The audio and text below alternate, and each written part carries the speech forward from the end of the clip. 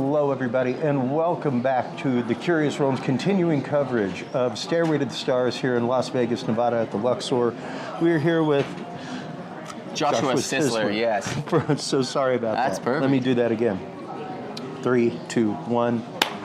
Well, hello everybody, and welcome back to our continuing coverage of Stairway to the Stars. We're here with Joshua Sisler of ancient Atzlan, and you have an amazing array of actual artifacts here from pre-Columbian times that show all kinds of alien ties to them. How did you first come into this field of study? Well, I've been working with crystals for over 12 years. So I've been a metaphysical teacher, and I've hosted workshops. Even for the Galactic Alignment, I hosted a Crystal on Ascension workshop in Chichen Itza on December 21st, 2012. So we've all been part of the conscious awakening.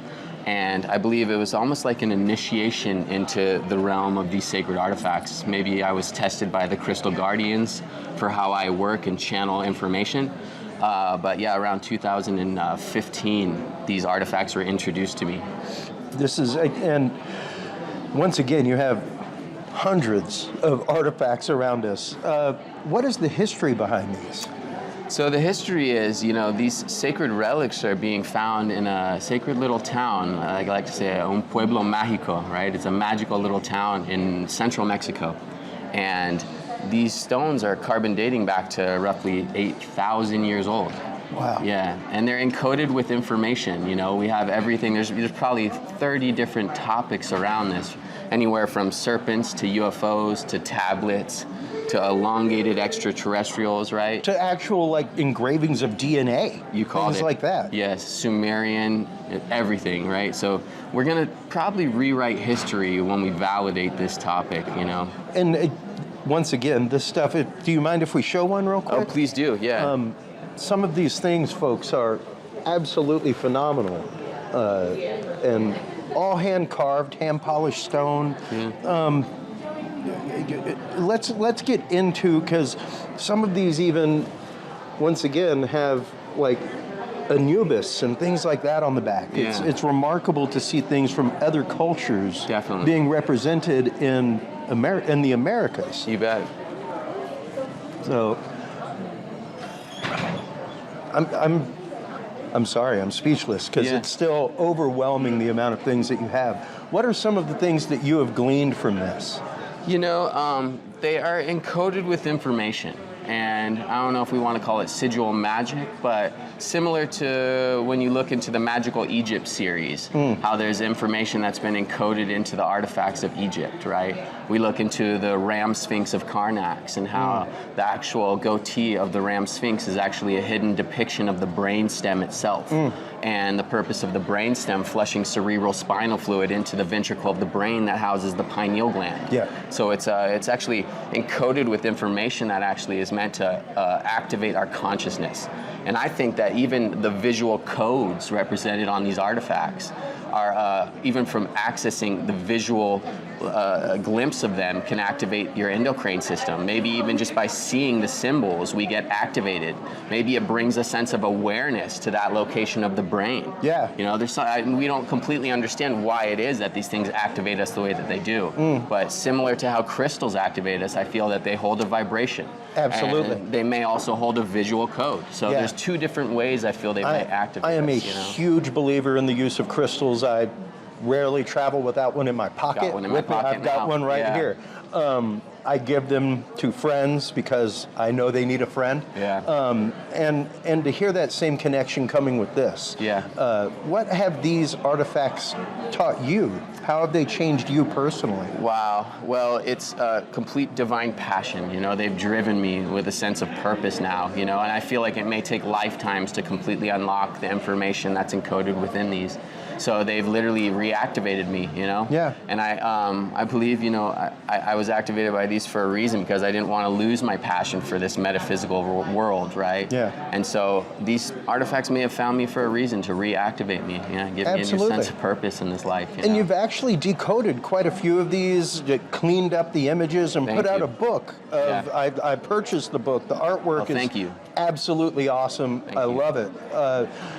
How can people use these images to better understand their place? Wonderful. Well, I think that the book I created, it is just purely symbols. Yeah. What I did is I studied over 150 different stone tablets, and I believe that the information is so important that we need to see it, right? Yeah. And so I created a visual archive of imagery that we could literally look through page by page, and we can start to decipher what is being told through imagery, because the hieroglyphics themselves are so ancient and archaic. We're looking at a carbon dating of over 8,000 years.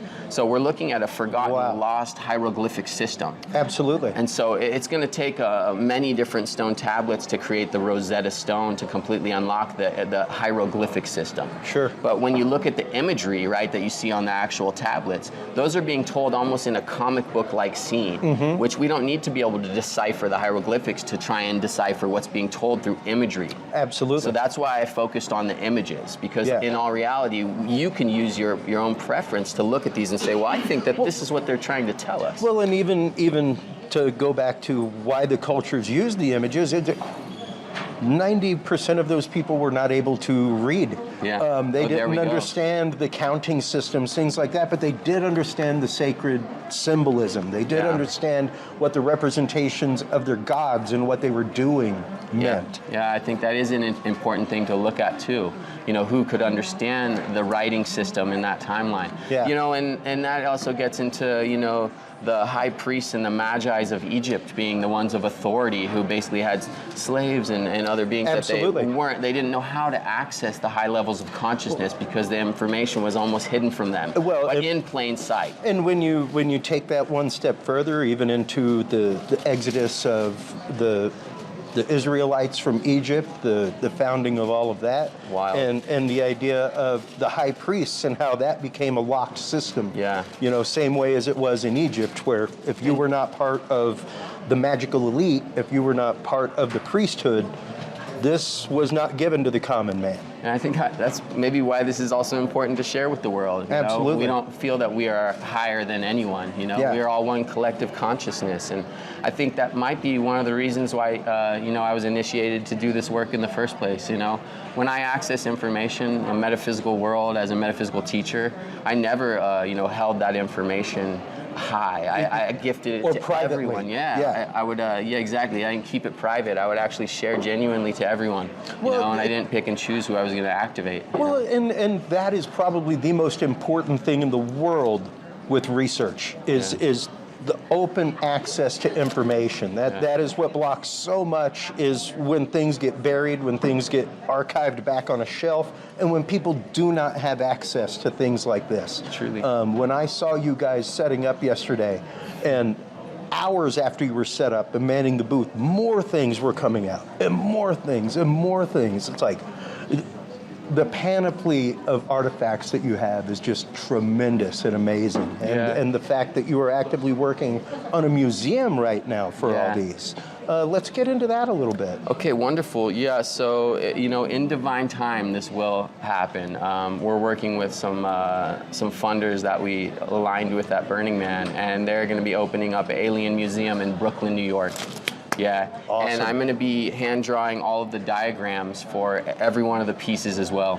And so it's really a passionate project for me, and it has been about almost 2 years in the making, of course, to get access to something like this. But they had to rent out the whole basement of a high-end hotel, so it's going to be in the artistic district of Brooklyn, New York, and they've already, they covered the lease and everything for the building, so it's happening. That is awesome. What an incredible blessing to all of this knowledge and to be able to pass it on. And it did take a unique group of people to even want to be able to house these because of the topic of what they are they authentic, and all of this. But it's hard. It's hard.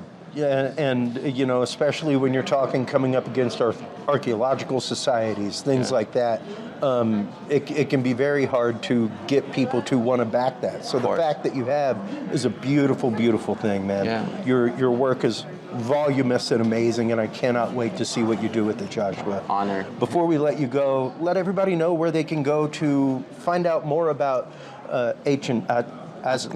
Wonderful. And where they can go to see pictures of all this. Yeah, well, I'm going to give you one of my cards, Amazing. But this is, if we can get close and you can see, it says, "Welcome to the Star Tribe." Epic. but at ancientatzlan.com.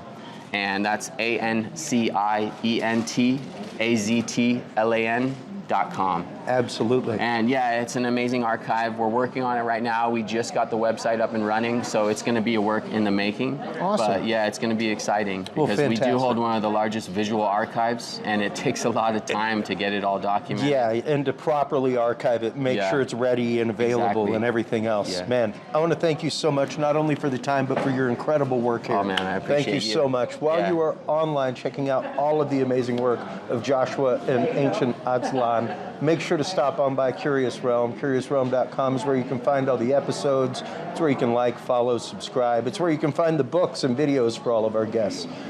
Stay tuned through this commercial break, everybody. We'll be right back with our continuing coverage of Stairway to the Stars here in Las Vegas, Nevada, right after this.